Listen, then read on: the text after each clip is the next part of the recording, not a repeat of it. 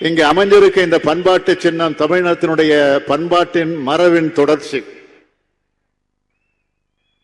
சிந்து சமவெளி காலத்து முத்திரைகள்லயே திமிழ் காளைகள் இருக்கு. அதுல காளைகளோட நேர்கொண்ட பார்வையை நாம பார்க்கலாம். பல்லாயிரம் ஆண்டுக்கு முன்பு இருந்த ஓவியங்கள்ல திரண்டு தொங்கும் தாடை, அகன்று வளைந்த கொம்பு கொண்ட காளைகள் இருக்கு. ஏன் கீழடையில் திமிழில் உள்ள காளையோட முழு எலும்புக்கூடு கிடைச்சிருக்கு. முல்லை நில மக்களோட வீர விளையாட்டா இருந்திருக்கு. பழந்தமிழ் இலக்கியங்களையும் இதை பற்றி உயர்வா பாடப்பட்டிருக்கு. எழுந்ததுகள் ஏற்றனர் மார்பு கவிழ்ந்தன மறுப்பு கலைஞனர் பலர்னு ஏறு தழுவுதல் காட்சியை நம்ம கண் முன்ன கொண்டு வந்து காட்டுது கலித்தொகை.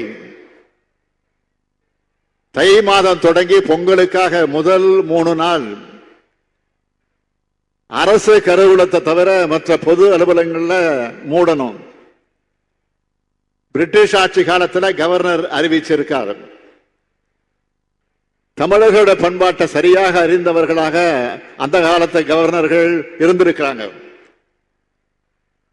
ஆண்டுதோறும் தை மாதம் ஏறுவது நடக்கும் போது அலங்காநல்லூரும் அவனியாபுரமும் பாலமேடும் உற்சாகத்தோடு காணப்படும். இந்த பண்பாட்டு திருவிழா உலகம் முழுவதும் பேசப்படும் தான் இந்த அரங்கத்தை அமைக்கிற முடிவை எடுத்தோம். தலைவர் கலைஞருக்கு ஏறுதழுவு போட்டி மேல தனி பாசம் உண்டு. அதனாலதான் தன்னுடைய மூத்த பிள்ளையான முரசொலியின் சின்னமா ஏறுதழுவு காட்சியை வச்சார்.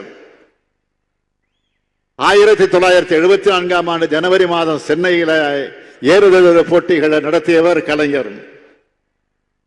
சல்லிக்கட்டு, ரேக்லா ரேஸ் போன்றவற்றை 2006ஆம் ஆண்டு சென்னை உயர்நீதிமன்றத்தோட மதுரை கிளை தடை செஞ்சப்போ பாதுகாப்பான முறையில நாங்க நடத்துவோம்னு உறுதியளிச்சு அனுமதியை பெற்றவர் தலைவர் கலைஞர்.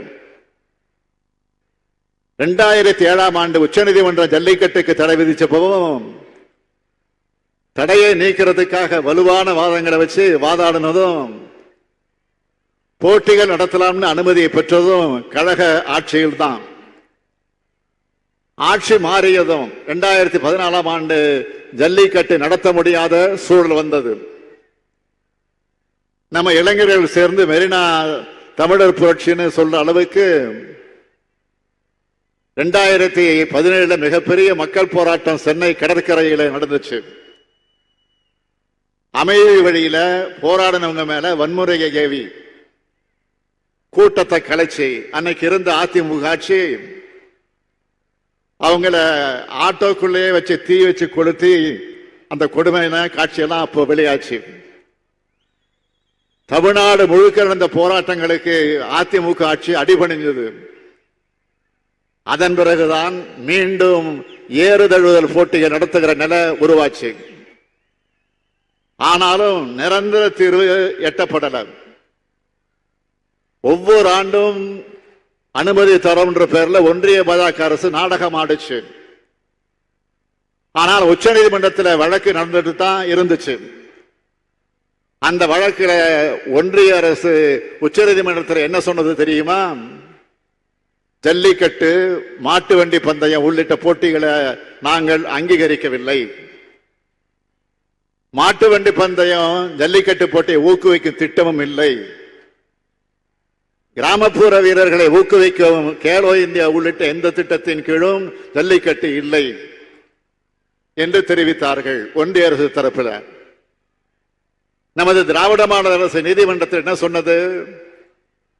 ஜல்லிக்கட்டு வெறும் பொழுதுபோக்கு போட்டி இல்ல, அது உழவர்களோட வாழ்வோடும் பண்பாட்டோடும் கலந்தது.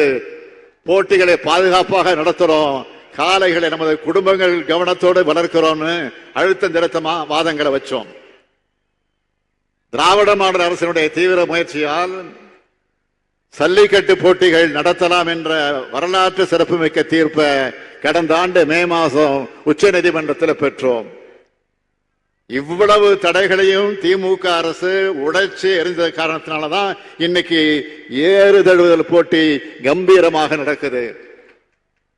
இந்த சாதனை வரலாற்றோட தொடர்ச்சியா இந்த கலைஞர் நூற்றாண்டு ஏறுதழு அரங்கத்தில் காளைகள் ஏறுதழுதல் பற்றிய அருங்காட்சியகமும் நூலகமும் அமைக்கப்பட்டிருக்கு.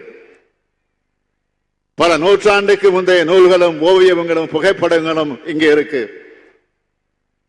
இதனை உருவாக்கி தந்த தமிழிணைய கல்விக் கழகத்துக்கு நன்றி. அன்னை தமிழ்நிலத்துக்கு பேரறிஞர் அண்ணா தமிழ்நாடு என பெயர் சூட்டினார். தமிழுக்கு செம்மொழி தகுதி பெற்று தந்தார் தலைவர் கலைஞர்.